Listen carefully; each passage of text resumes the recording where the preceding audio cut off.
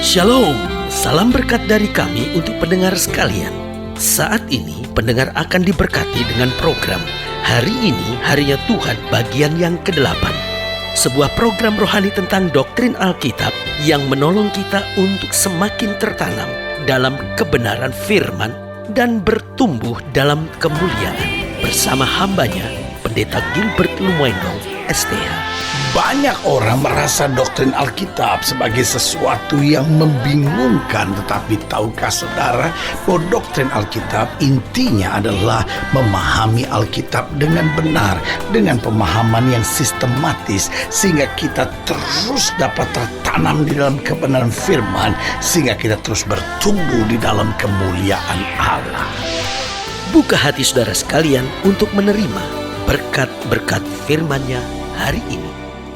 Ketika seorang ibu membersihkan lemari es atau kulkas, biasanya dia akan berkata begini kepada pembantu di rumahnya, coba ini makanan-makanan yang sisa ini dibuang saja. Sebab makin lama dia di lemari es ini, nanti bau lemari es ini akan kurang sedap. Kenapa? Karena memang ada kecenderungan biasanya orang berkata begini, ini kan masih ada sisa, sayang kalau dibuang, atau ini kan masih ada sisa, coba nanti diperhatikan lagi, ini kan masih ada sisa, mungkin untuk nanti lagi. Tetapi kemudian setelah ditaruh dalam lemari es cukup lama, mereka tidak lagi memanasinya, tidak lagi memperhatikannya, dan akhirnya memang sudah tidak baik untuk dikonsumsi. Nah, saudaraku yang kekasih dalam Tuhan, berarti kalau kita ingin sesuatu baik, maka hal-hal yang sudah tidak baik, hal-hal yang sudah tidak layak, memang seharusnya dibuang. Begitu juga ketika orang membersihkan rumah, kita ada kecenderungan, ini mungkin kita masih perlu, ini memang kita masih perlu. Dan akhirnya apa yang terjadi? Rumah kita menjadi tumpukan barang-barang bekas yang sebetulnya kita pikir mungkin satu saat masih perlu, mungkin satu saat masih perlu, kita tidak memerlukan, tapi kemudian jadi tumpukan yang tidak baik, tidak segar, yang membuat tidak nyaman, saudara-saudara. Nah, seringkali dalam kehidupan kita juga sama. Ya, tapi kan apa yang dia buat dalam hidup saya kan telah melukai saya misalnya. Jadi kita punya 1001 alasan untuk menyimpan dalam tanda petik ya barang-barang busuk di hati kita, barang-barang busuk di dalam pikiran kita, barang-barang yang sebetulnya kita udah gak perlukan lagi buat kehidupan kita. Karena ketika kita menjadi ciptaan yang baru, yang lama sudah berlalu, sesungguhnya yang baru telah terbit dalam kehidupan kita. Haleluya.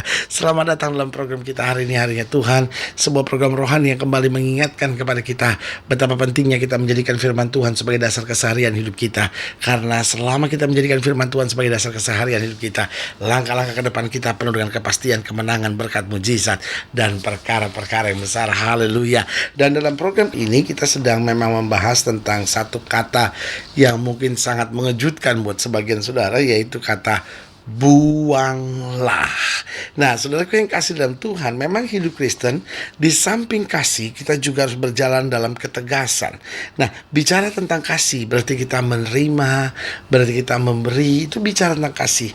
Tetapi bicara tentang ketegasan, itu berarti kita harus punya prinsip, dan kita harus berani membuang segala sesuatu yang tidak Tuhan kehendaki dalam hidup kita. Disinilah keseimbangan hidup Kristen kita. Kita harus berani menerima, tetapi di sisi yang lain juga kita harus membuang. Nah, pertanyaannya apa yang kita terima?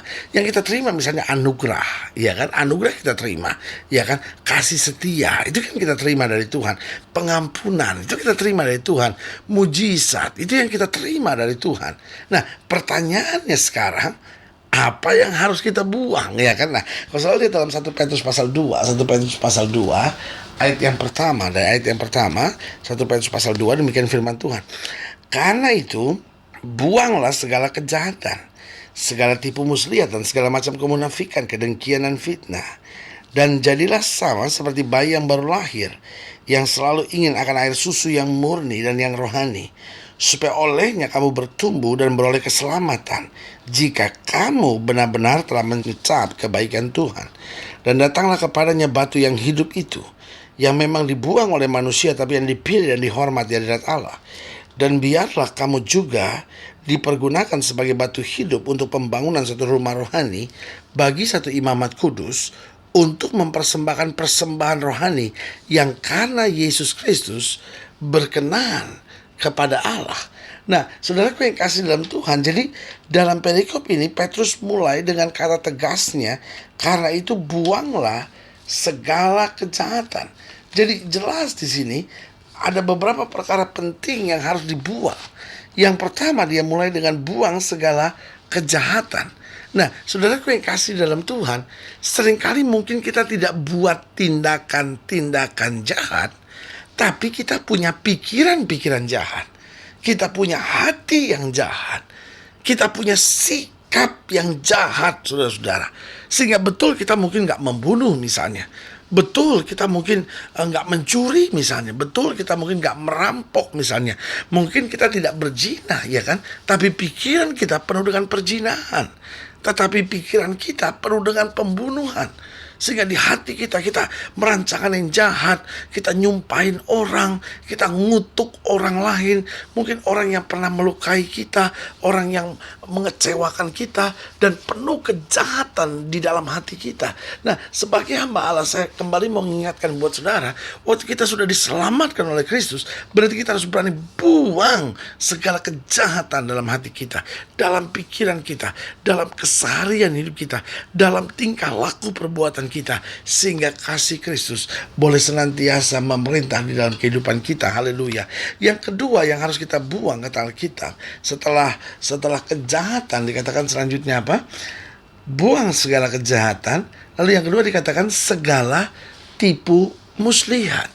Nah, saudaraku yang kasih dalam Tuhan, ketika kita diselamatkan oleh Tuhan, Tuhan mau kita tulus.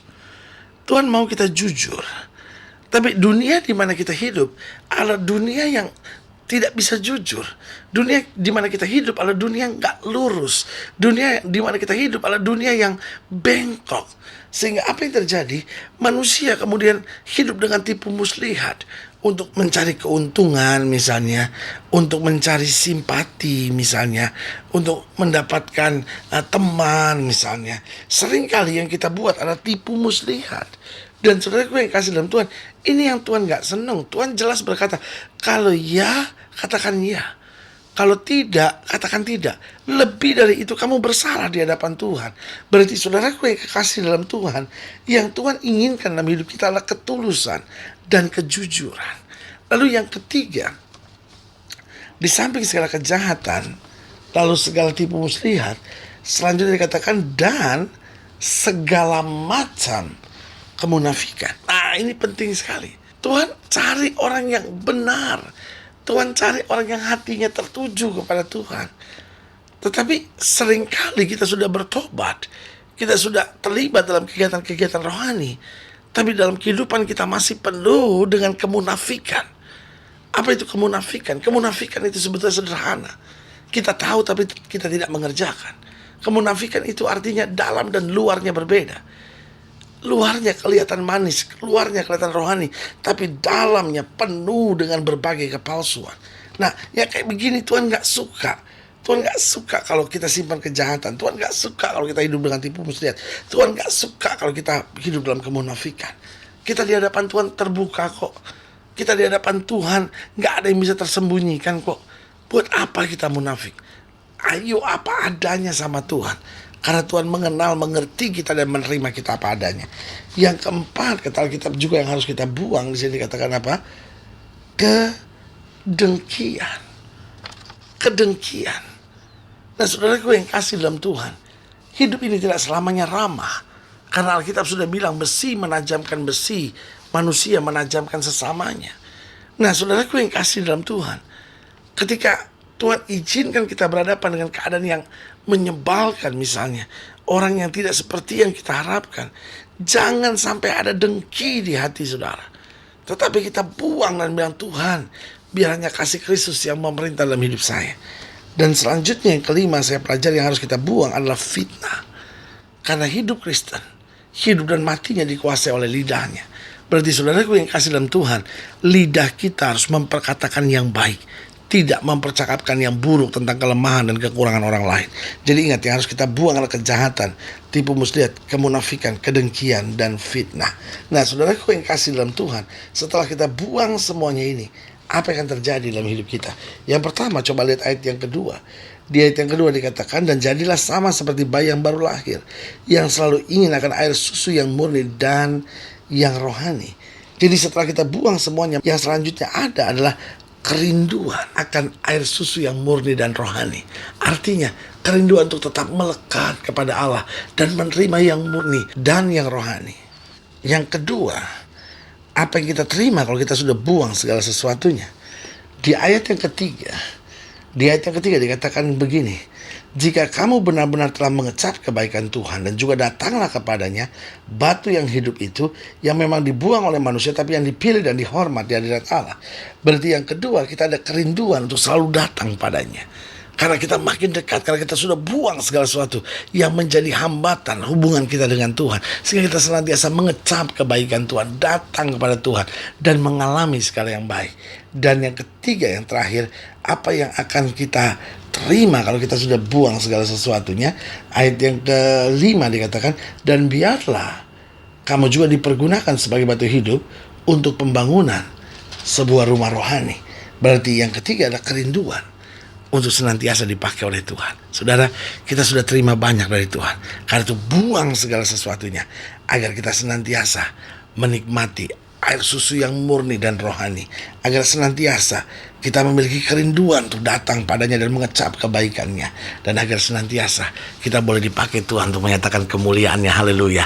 Kalau sedang ingin dilayani lebih jauh, hubungi kami melalui telepon, hubungi kami melalui surat, kunjungi website kami. Karena kami ada untuk membawa Bapak Ibu Saudara senantiasa lebih dekat pada Tuhan dan mengalami kasih kuasa mujizat yang luar biasa. Haleluya. Secara khusus melalui program ini saya juga mau berdoa buat setiap saudara yang sakit, setiap saudara yang berbeban berat. Karena kita percaya bahwa bagi Allah tidak ada perkara yang mustahil. Nah, saudara-saudara yang ingin didoakan secara khusus boleh taruh tangan kanan saudara di dada dan kita akan berdoa. Mari kita berdoa. Bapa, dalam nama Yesus, hamba doa buat yang sakit, hamba doa buat yang berbeban berat, hamba doa untuk setiap mereka yang sedang menghadapi masa-masa yang sukar. Kami berdoa di dalam nama Yesus, Tuhan kerjakan mujizat, Tuhan bangkitkan iman mereka, bawa mereka pada pengalaman-pengalaman yang indah bersama dengan Tuhan. Di dalam nama Yesus kami berdoa. Haleluya. Amin. Saudaraku yang kasih dalam Tuhan, kita sudah berdoa. Ingat, Allah tidak pernah lalai menepati janjinya. Inilah saatnya buat kita untuk bangkit bersemangat, bersuka cita dalam menghadapi segala perkara. Karena Yesus Allah Tuhan, Yesus Allah Juru Selamat, Yesus Allah kekasih jiwa kita. Haleluya. Doa saya menyertai saudara. Sampai berjumpa pada program berikut. Dan jangan lupa, jadikan hari ini harinya Tuhan.